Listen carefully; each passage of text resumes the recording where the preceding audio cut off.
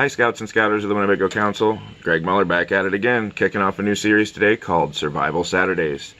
Every Saturday I'm going to be putting out new videos teaching you guys some wilderness survival techniques, some zombie apocalypse survival techniques maybe, and we'll have some fun with it. I would appreciate it if you guys tune in, learn something, and take it home and practice with adult supervision, of course. Thanks guys. To get started today, I'm going to talk to you guys about the different tinders that I use. If you remember from my campfire video, the tinder is the smallest stuff that will start easily with a match or with a spark off of your ferro rod. I have 5 of them put together here for you today, and I'm going to start with the one that I use the most and start with the ones that I only use in very certain situations. If you remember from my video, this is a cotton ball. We all know what cotton balls look like. I keep some extra ones stored in an old plastic jar, keep everything nice and dry, and I put those in a little baggie like this, and I smear in some petroleum jelly. I have this really cool little one that I can put in my pack and it doesn't take up any space or weight, or you can also just use one from the big tub. After that, I have my jute, J-U-T-E, jute. This I get in twine form. This is used to wrap up packages or to make lashings, but I take it and I cut little pieces off of it, fray it out, make it nice and fluffy, and this stuff is amazing at catching a spark or blowing an ember into a fire. After that, I have what we call fat wood.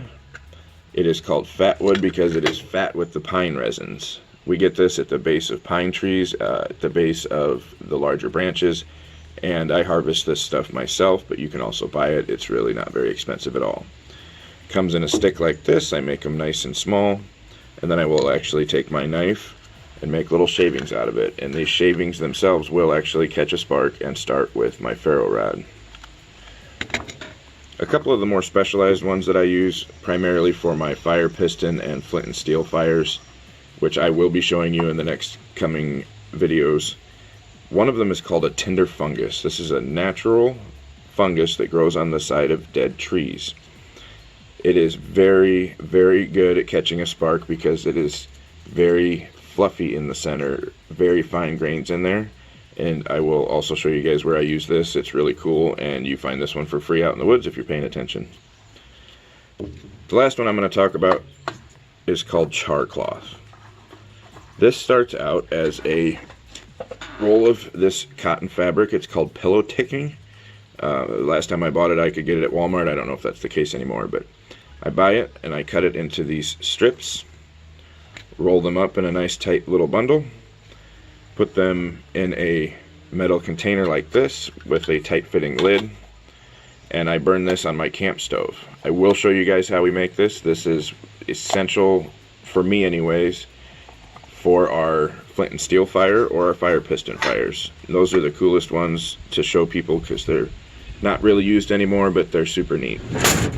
Thanks for tuning in to Survival Saturdays. My name is Greg Muller, your program director with the Winnebago Council. I hope you guys had a lot of fun. I certainly had a lot of fun shooting it, and I hope you learned something. Always remember to practice these things safely and with adult supervision, and I would really be interested if you guys would shoot some pictures and some short videos and send them in so we can see that you're practicing. Thanks a lot, guys. Have a good day.